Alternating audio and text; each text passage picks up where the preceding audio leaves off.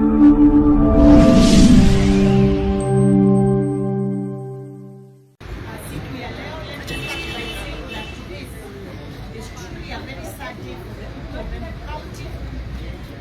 I want to begin by saying yesterday was truly the darkest day in the county of Embu. And I don't think Embu County has gone through what we went through yesterday ever. And although we had incidences last year, same time, they were not of the magnitude that we saw yesterday. And therefore, as the governor and on behalf of the leadership of Embu County, I want to say that we are truly, truly saddened by yesterday's events. We feel the loss, we feel the pain of our people, and we extremely perturbed by the incidents of yesterday. Kama governor, on Tuesday, nilikuwa kwa radio na nikasema it is the right of the Gen Zs to demonstrate. It is their constitutional right. Na haiwezi chukuliwa na mtu yeyote. Na nikasema ni vizuri wapatiwe nafasi waweze kuja wafanye demonstration yao, waseme their issues, they raise their concerns, but in a peaceful way. And I expected that to be a peaceful day, but you'll all agree ambao wamekuwa Embu, there was no peace in Embu yesterday. What we witnessed yesterday ilikuwa open thuggery and theft, and we even have major cases of gender-based violence that was meted on women in Embu County. Na kwa hivyo siku ya leo tumekuja hapa baada ya kuzunguka kuangalia what exactly happened yesterday, na tumekuwa earlier with a meeting with the security committee ya county miongozwa na county commissioner, tukiangalia mambo ya jana na kuuliza nini iliendelea. And I have this to report. Tulikuwa na shida two places in Embu County. One, Keretire and Embu Town. Na mtakumbuka kwamba those were the same places hii vita ilikuwa hata last year. Keretire na Embu Town. Hawaendangi Runyenjes, hawaendangi Chicago or Ishiara. The two places they have identified that they want to use to destroy Embu County is Keretire and Embu Town. Na jana katika Keretire, this is what happened, and this is as reported by the security officers in the county. One, in Keretire, walienda katika hoteli inaitwa Amazing Grace Hotel, ambayo naambiwa is owned by the area member of parliament, Mheshimiwa Engineer Muriuki, na wakapora kila kitu katika hiyo hoteli. They then went to another place called Amazing Data Microfinance, owned by a Mr. Bogo, again a relative to the MP, wakapora mali. Then they went to Amazing Boutique, peer related, owned by a relative to the MP, wakapora the boutique. And then they went to a number of other shops within Keretire, wakaharibu hapa na pale. But the target really was properties owned by the area member of parliament, Engineer Muriuki. In Keretire, they also attempted to burn the MP's residence. Mheshimiwa Muriuki's residence was rescued by the people in the constituency, his people, and some police officers. Otherwise, hata walikuwa wameanza kuchoma nyasi karibu na boma yake ndio wachome nyumba yake. There were no reported casualties from the members of public, but one police officer was seriously injured in Kilio. In Embu Town, 23 police officers were injured, and some were treated at Embu level 5 hospital, and one was critically injured. I think you saw the video, muliona video ambayo ilikuwa inasambazwa kila mahali Kenya, ambaye alianguka kutoka kwa lori yao, akaachwa na akachapwa sana. But I want to report kutoka kwa madaktari wa Embu, the police officer is in stable condition na amelazwa huko. But all the others were treated and discharged. 3 members of public also were injured and they were treated. We have one who is in hospital again under treatment. Alienda theater jana usiku na tukaongea na daktari, our neurosurgeon. Aliangaliwa kichwa, ako sawa. He's in stable condition. He's actually out of ventilator. Atumii sasa machine to breathe, anaweza ku breathe peke yake. Apart from the injured people, businesses were looted. Biashara ziliporwa, zingine zikaharibiwa, na hizo ndizo tumeweza kuzunguka katika town ya Embu siku ya leo. One was KRA offices that were vandalized, and their car was burnt also. So nimeenda kwa hiyo ofisi, hakuna computer yoyote, hakuna machine yoyote. There's nothing other than broken desks and documents all over the place. Tumeenda Madai supermarket, heavily vandalized. Inaonekana walioingia walikuwa na main reason ilikuwa kwenda mahali kuna vitu za nguvu za kuchukua na kuuza, na that supermarket has been vandalized in a very bad way and a lot of goods stolen from there. Tumeenda Safaricom shop ambapo pia tumekuta all their computers were stolen, their photocopiers were stolen. The same case with NSSF offices, same thing. They lost about 12 computers, they lost their photocopier, their printers, and where hao walikuwa nafanya hiyo kazi hawakuweza kuchukua, they broke them up. So ilikuwa tu kuharibu, kama uchukui unaharibu. And naambiwa walikuwa wamebeba chuma kubwa za kufungua milango, kuvunja vioo ama kutumia stones. That is what they were doing yesterday. Several banks, they tried kuingia ndani. National Bank of Kenya waliingia, but they were not able. Waliingia kwa ATM, they destroyed the ATM, but they were not able to access any money. Walikuwa wametoa. Building ya ile iko na NHIF ambayo sasa inaitwa SHIF, walirusha mawe. Winners Bank Sacco pia walirusha mawe wakavunja vioo. Equity waliharibu vunja windows. They tried to vandalize the ATMs, but it was not possible. NPK pia nimeongea na manager, nimekutana na yeye, ameniambia they tried to destroy their ATM, hata nimeona imefungwa, but they didn't lose any money luckily. Tumeenda kwa Kare bridal shop, and next there was also another young lady who is also doing nails. She told me she has lost things worth about 50,000 Kenya shillings. Consolidated Bank pia ilivunjwa, and our police lost 5 vehicles zile zilikuwa damaged, and one of them actually belonged to the county criminal investigations officer, CCIO, ambaye ako hapa. And one vehicle was 5 vehicles were spoiled or damaged. From KRA, the information we have ni kwamba 3 people were arrested having computers and chairs from KRA, and they had already crossed over to Kirinyaga County, walishikwa. 18 suspects are right now also in. 15 of those 18 walishikwa inside Madai market, and more are being arrested up to now.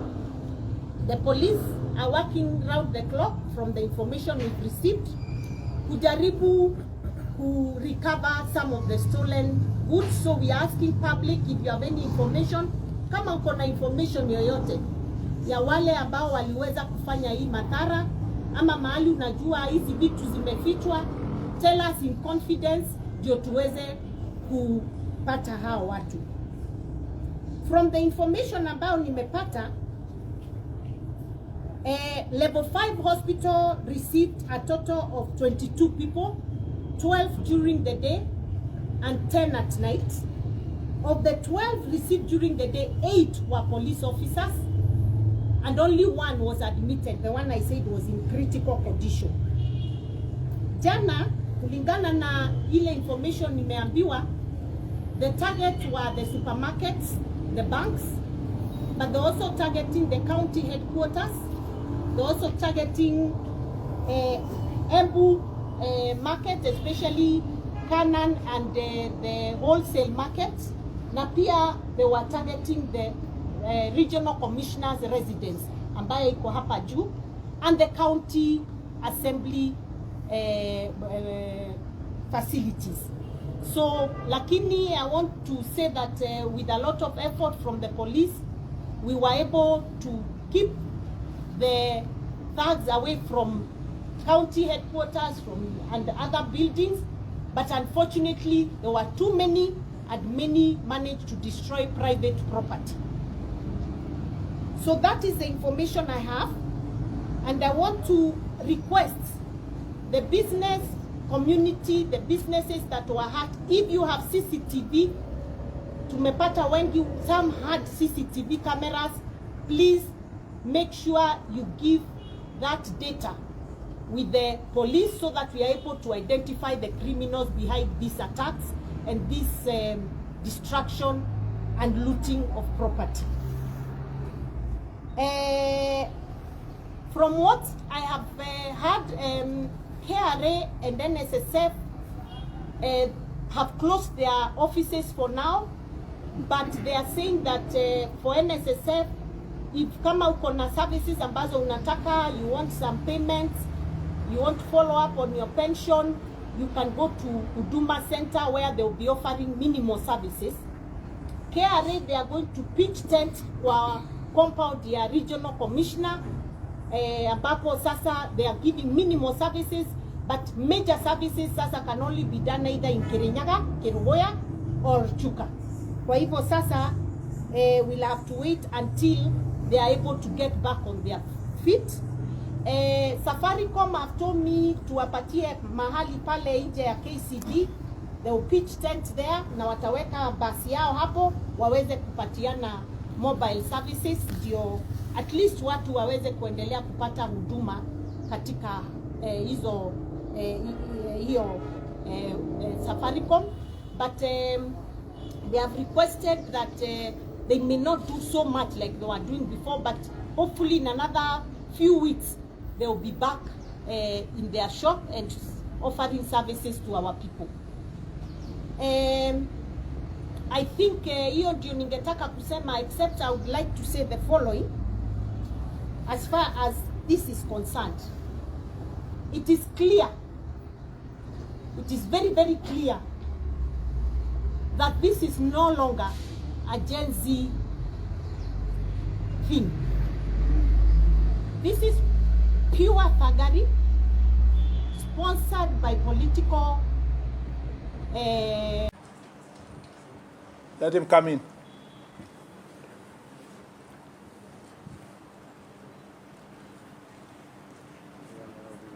Yeah? Hmm? Oh yeah, put it this way, this here. Yeah, yeah. Okay. Yeah, okay.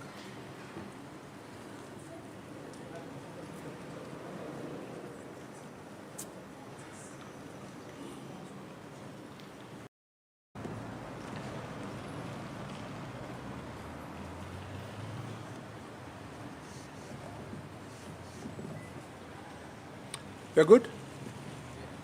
Yeah? Thank you very much. Good afternoon, everyone. Welcome to this press conference convened by the Minister of Interior National Administration with the representation of the National Police Service present and the ministry here present, represented by the PS, and myself. On Wednesday of the 25th of June 2025, Kenya witnessed scenes of profound pain and violence in the name of the right to peaceful assembly. True peaceful protests, free of expression and picketing, are enshrined in our Constitution and specifically in Article 37. As the Cabinet Secretary responsible for your security, I address the nation today with heavy heart. Let me right from the outset express my deepest sympathy to every Kenyan who endured suffering during yesterday's protest. To the families of those who suffered harm, both members of public and security personnel who bore the brunt of violence, and those whose livelihoods were shattered, your needless pain is our collective sorrow. The suffering inflicted upon you remains a stain on our national conscience. What unfolded yesterday was not a protest. It was terrorism disguised as dissent. There was no peaceful demonstration. It was riots, chaos, and anarchy. Let me therefore state unequivocally that we condemn the criminal anarchists who, in the name of peaceful demonstrations, unleashed a wave of violence, looting, sexual assault, and destruction upon our people. More than 10 Kenyans were killed. Investigations are ongoing on the numbers and the circumstance that this happened. Over 400 were injured. Close to 300 are police officers.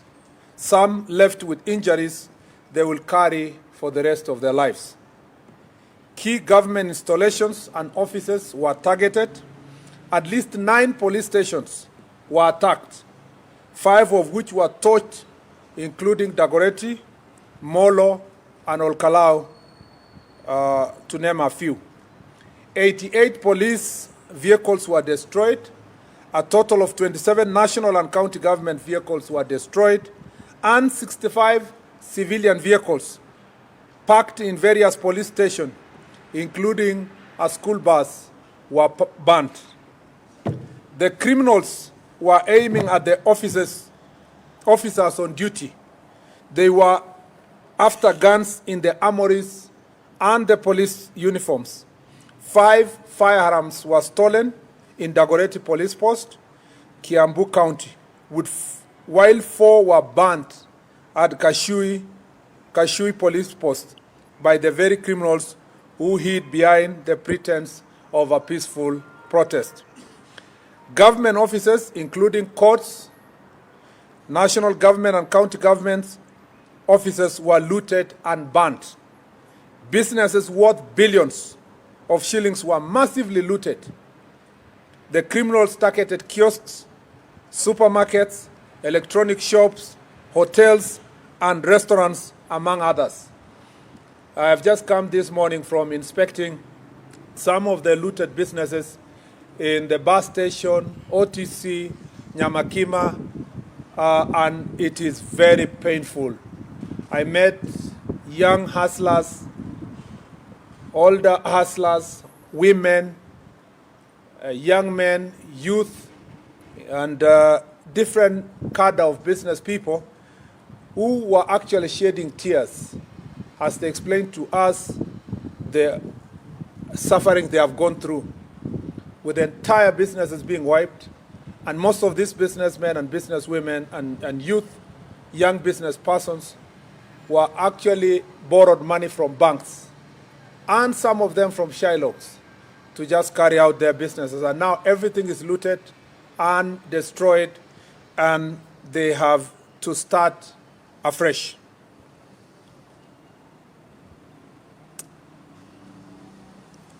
I need to note also that just like government infrastructure, business and residential premises were burnt, including the one owned by Catholic Church in Embu County.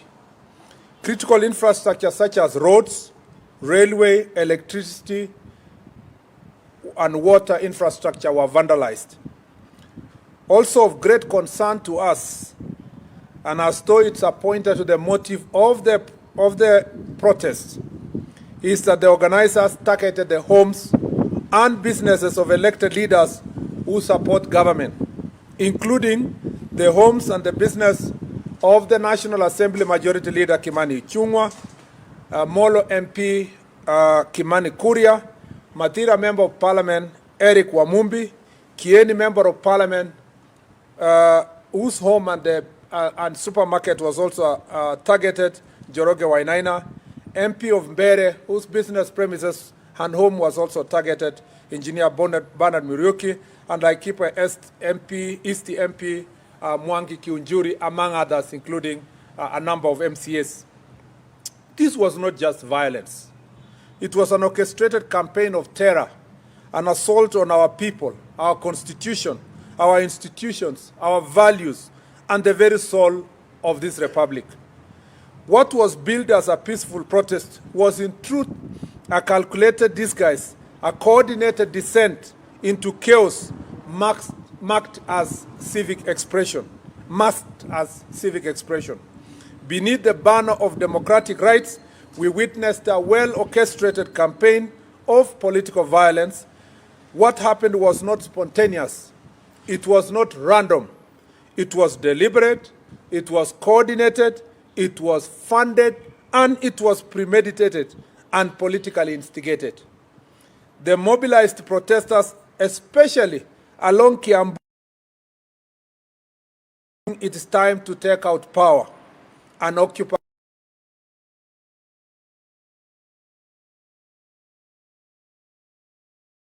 properties of politicians and civilians allied to government and innocent civilians who were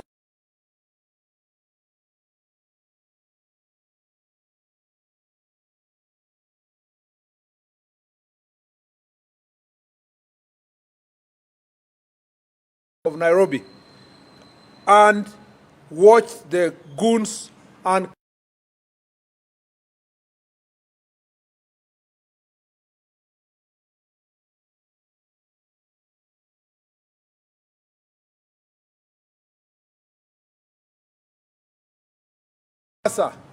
to the recently promised and were accompanied by law enforcement officers. This is what was envisaged in Article 37 of our Constitution. The Inspector General of Police, through the Directorate of Criminal Investigations, is carrying out investigations to apprehend and bring to justice the organizers and financiers and of this well-orchestrated campaign of violence.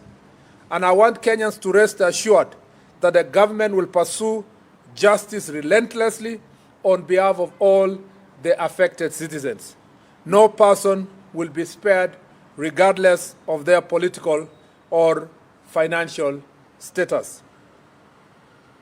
I know it's been promised before that every time such violence is meted on citizens in the name of protesting, promises have been made before that criminals will be charged. I want to say, for avoidance of doubt, that the Inspector General of Police will follow the Constitution to the letter, and all these criminals will be arrested and investigated. I must say that sitting here in the command center yesterday, I managed to see some of those videos